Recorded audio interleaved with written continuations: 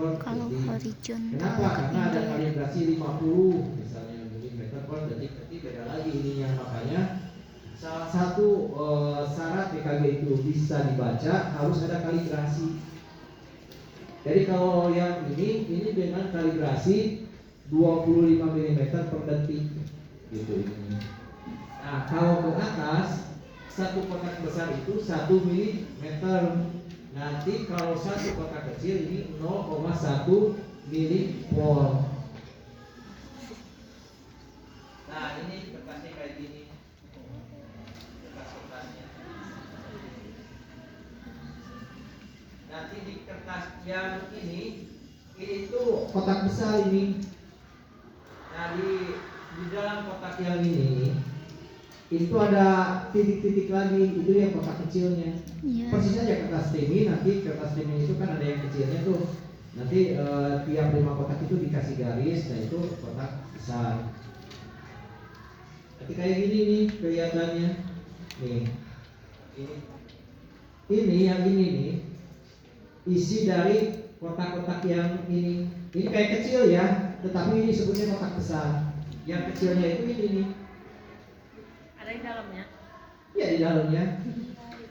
Jadi di dalam yang ini nih ada kotak-kotak. Enggak, yang ini nih. Ini kotak kecil nih.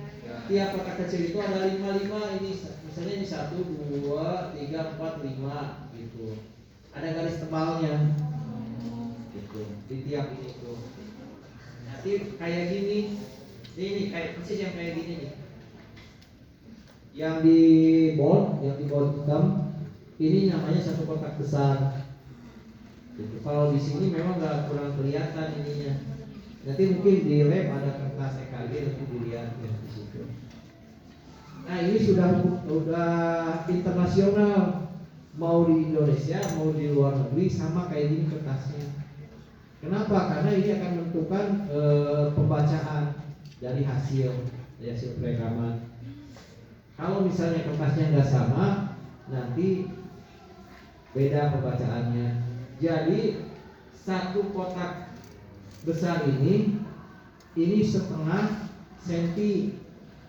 Tiap ini 1 mili.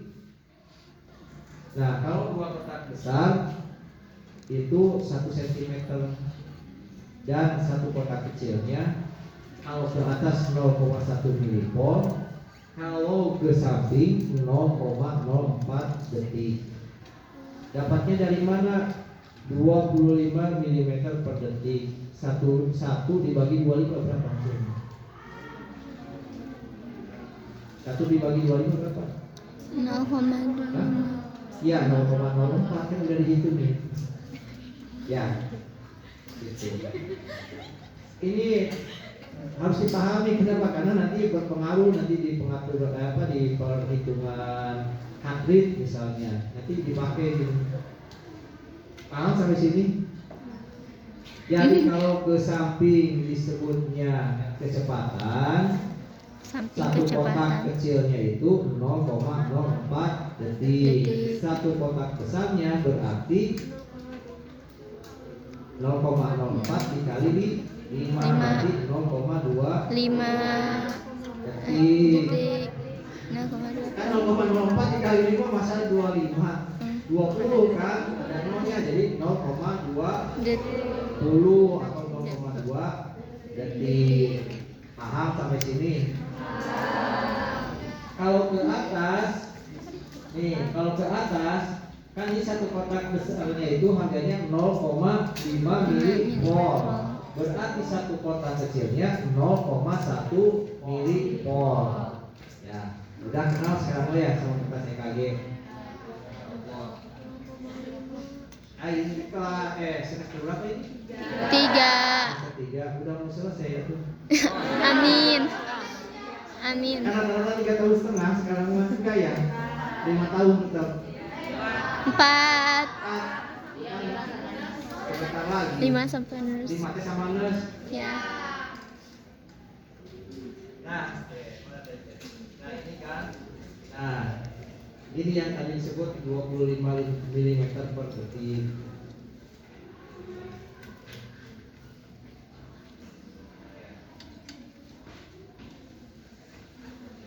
sekarang ada sandapan EKG. Sandapan EKG itu ada yang disebut bipolar, ada yang disebut unipolar. Kalau bipolar itu lead 1, lead 2, lead 3. Unipolarnya ada yang ekstremitas, ada yang prekordial. Yang ekstremitas itu ada APR, APL sama APR. Yang prekordial ada P1, P2, P3, P4, P5 sampai P6. Nah, nanti kalau misalnya kata dokternya suster, tolong pasiennya di EKG 12 lead, yang mana? Jangan bingung. Jadi EKG 12 itu ya ini. Ini kan kalau itu 1, 2, 3, 4, 5, 6 tambah 6 jadi 12. Yang tambahan ini adalah tambahan pada kasus-kasus khusus. Jadi kalau yang standarnya itu 12 lead sampai sini. Tapi nanti kalau misalnya diduga ada sumbatan ke arah belakang, kita akan tambah dengan P7, P8, P9. Kalau ada diduga sumbatannya ke sebelah kanan, kita tambah P3R, P4R. Jadi kalau sampai sini ada 17 lead. Ya. Nah ini yang disebut tadi yang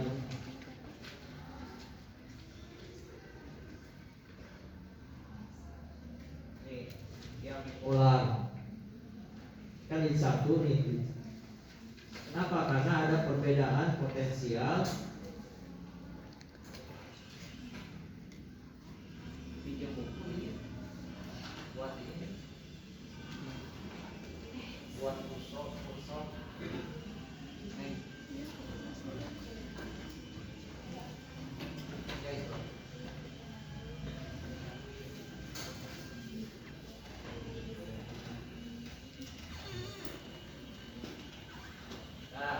ini kan ini satu nih. Ini perbedaan antara tangan kanan dengan tangan kiri. Di dua, di tiga. Ya. Nah ini yang unipolar, ada RA, LH sama LL. RA itu right arm, left arm sama left leg. Jadi si itunya teh elektrodanya di tangan kanan, tangan kiri sama kaki kiri. Nanti yang kalau kaki kanan itu adalah ground, yang tangan kanan itu, yang kaki kanan. Nanti yang dihasilkannya itu adalah APR, APL dan APF.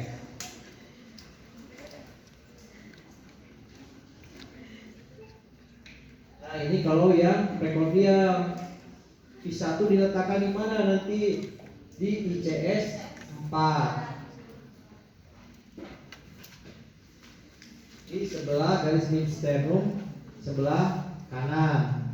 Yang ini P2 sama sejajar di ICS 4, tetapi yang sebelah kirinya dari midsternum ini tarik ke kanan kalau P1, kalau yang P2 ke sebelah kiri. Nanti P3 jangan dulu disimpan, tetapi kita pasang dulu P4. P4 itu dari mana? Dari garis mid clavicula, dari sini tarik, hitung ke ICS 5. Nanti simpan di situ. Kalau laki-laki mudah, tinggal patokannya putih susu, simpan situ. Tapi kalau perempuan jangan sekali-kali patokannya putih susu, apalagi kalau misalnya sudah ibu-ibu. Kenapa coba? Hah? Ya gitu. Jadi kalau laki-laki enak, oh ini putih susu tinggal simpan aja yang diterpos di situ. Tapi kalau yang ibu-ibu jangan ya, nanti nggak kegambar EKG-nya, yang kegambar nggak tahu apa. Ya, soalnya suka ada yang bilang itu udah patokannya di bawah putih susu. Nanti kalau ibu-ibu repot paling bawah, nanti bisa di abdomen nanti masangnya. Bukan di orang ya, bisi ini mana di. Terus nanti dipasangnya di mana? Lapangan dikasih tahunya di bawah putih susu, pasang aja di situ. Kan paling benar jangan di memang sini. dihitung Jangan. interpostalnya. Jadi Pi4 itu interpostal ke 5. Nanti yang Pi3-nya disimpan di antara Pi2 dan Pi4. Pi5-nya di mana? Nah, Pi5-nya di garis anterior aksila. Jadi di sini sama di interpostal 5 juga. Jadi sejajar dengan Pi4.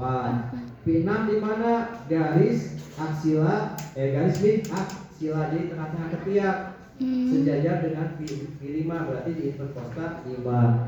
Pi7, kalau sampai Pi7 sama, nanti tinggal ke belakang aja ke sini. Oh. Di sini Pi7, terus Pi8-nya sejajar juga dengan Pi7. Nah, nanti Pi9-nya itu di garis skapula ke bawah. Ini.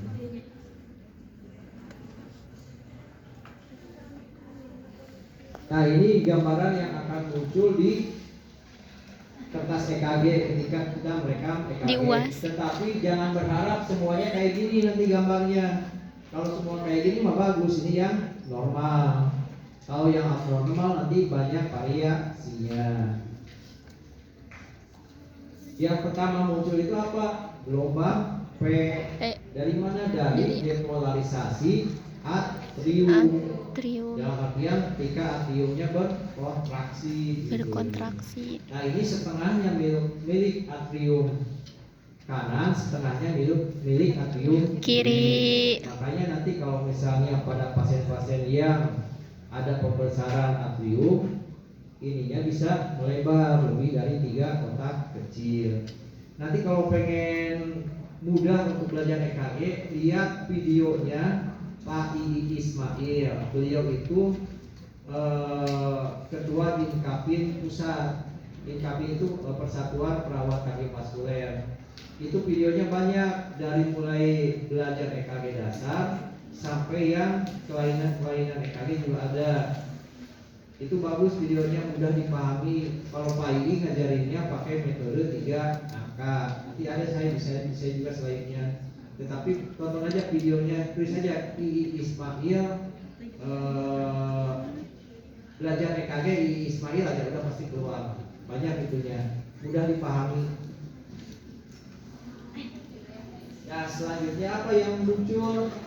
PMS kompleks yang menggambarkan depolarisasi ventricle. Selanjutnya apa? ST segmen. Jadi dari sini nih ST segmen. Normalnya itu isoelektrik. Isoelektrik apa maksudnya? Sejajar dari mulai sini ke sini sejajar. Emang ada yang nggak sejajar, ada yang disebut ST elevasi, nanti ST-nya naik ke sini. Nah, itu yang pada pasien-pasien serangan jantung, makanya bisa terlihat dari gambaran EKG. Kenapa ventricle ada repolarisasinya sedangkan atrium tidak ada? Ternyata yang atrium itu sebenarnya ada repolarisasinya, akan tetapi karena tertutup dengan depolarisasi ventricle yang lebih besar sehingga tidak tergambar di gambaran EKG, tetapi pada kenyataannya ada repolarisasi atrium itu, cuma di gambaran EKG tidak tergambar. Ini apa? Nah, ini gelombang T. Gelombang T apa? Jadi sama masih ventricle depolarisasi.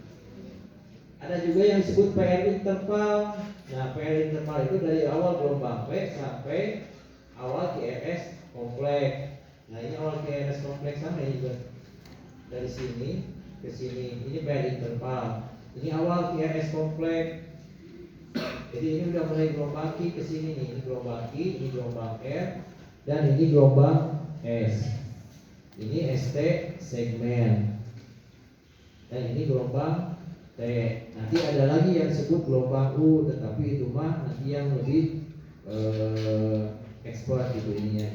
Yang penting tahu dulu yang ini nih, yang dasarnya. Nah, ada juga QT interval dari awal Q sampai akhir gelombang T. Nah, ini yang disebut Arti ada polarisasi, jadi ketika S anode mengirimkan impuls terus sampai ke atrium kiri berkontraksi, muncullah gelombang P. Normalnya berapa? Kalau di materi PAI itu ingat aja angka 3. Gelombang P itu lebar dan tingginya kurang dari 3 kotak kecil. Makanya mudah nanti diingatnya. Semuanya pakai angka 3. Bisa akal-akalan teh. Semuanya pakai angka 3 ininya apa? Materi EKG itu. Bisa, tapi ini apa? Nanti aja lihat videonya, bagus ininya apa? Karena memang beliau mah dari awalnya memang perawat jantung. Kalau saya mah tadinya dari PIP ke ruang kardiologi gitu ininya. Kalau yang apa ini bagus, cocok lah kalau buat mahasiswa mudah dipahaminya. Semuanya pakai angka 3 soalnya. Gelombang P kan kalau misalnya ngapalin kurang dari 0,12 detik lama, tapi kalau kurang dari kotak 3 kotak kecil, udah langsung ingat satu kotak kecilnya 0,04, 3 kali aja 3 kali 0,04 0,12. Kalau lebih dari itu lebar, oh berarti ada pembesaran atrium. Kenapa? Dari impulsnya lama kan, harusnya ini gini, ini gitu. Berarti ada pembesaran. Tinggal gitu aja bayangannya mah gitu. Nanti kalau misalnya pengen lebih 12 disebutnya P litral. Tapi kalau misalnya tinggi menjulang ke atas lebih dari 0,3 milipol disebutnya P pulmonal. Nah ini ventricle depolarisasi dari awal GRS kompleks sampai akhir gelombang S. Munculnya kayak gini nanti. Nah ini sama, tidak melebihi 0,12 detik, artinya kurang dari 0,12 detik atau kurang dari 3 kotak kecil. Makanya semuanya pakai angka 3. Nanti yang PL terdepan juga sama, diakali pakai angka 3 sampai 5 kotak kecil. Terus aja pakai angka 3. Kalau yang lain nanti lihat aja itunya si apa videonya bagus. Hah? Wah,